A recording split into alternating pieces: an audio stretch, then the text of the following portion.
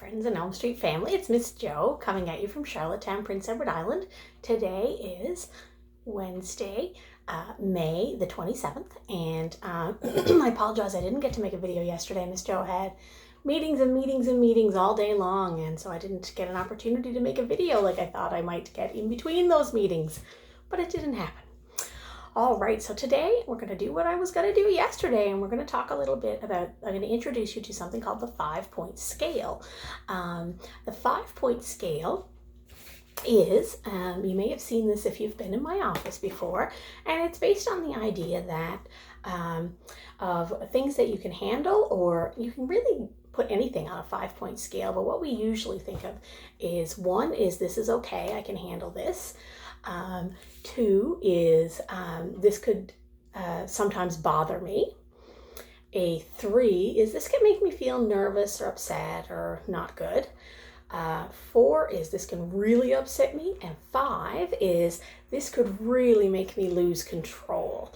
So usually you see these colors with the 5-point scale, that green is 1, blue is 2, yellow 3, orange is 4, and red is 5. And so the way that you use the 5-point scale is when you think about situations and things that you are trying to do, then you would look at and say, is this something that would really that I'd be okay with? Is it something I'd be a little bit not okay with? It's something I'd make me really nervous, something that, whoa, I really can't do, feel like I can't do because I would lose control. And you could rank them in that 1 to 5.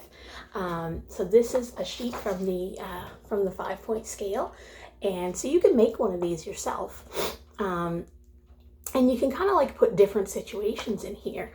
So like, for example, number 1 says, this never bothers me. So something that never bothers me would be petting my dogs. That never bothers me. It's fun. It's nice. It's relaxing and calming. For some of you, it might be riding your bike. Maybe riding your bike is something that you've worked on and that you really practiced at. So you don't have to even think when you do it. And so it never bothers you. But for somebody else, if they're just learning to ride their bike, maybe it's a 3, it makes them a bit nervous, or maybe even a 4, it makes them really nervous if they're just learning to ride without their training wheels, for example. So a 2, this sometimes bothers me. So that could be like, for me, maybe like certain noises, like some noises really bother me and some noises I'm okay with. Sometimes it can be a louder noise, like if it was a loud music, that probably wouldn't bother me if it's loud music that I like. But if it was a loud noise I didn't like, that might bother me. So noises could be sometimes. Something that makes me really nervous. Let's see. So for a 3 for me, I would say something maybe like, if I had to balance and cross something high, it could make me nervous if I didn't have something to hold on to. Something number 4, this can really upset me. So if I saw somebody bullying someone, if I saw somebody being really mean to another person or trying to hurt another person, that could be a 4 for me. That could really upset me. And a 5, this could make me lose control. That would be, I'd have to be really big. Let's see, something really big would be like if I lost my family somewhere and I couldn't find them. Especially like my kid, if I lost my kid somewhere and couldn't find them, then I could really lose control, and that might make me like cry or get really upset and not feel like I'm in control of myself. So that's one way to use a 5-point scale. And 5-point scale is really, really cool in that you can use it for other things. A lot of kids may have seen it in your classrooms for voice level. So 1 would be either no voice or a whisper. Every class kind of does it different. So 1 could be like a whisper.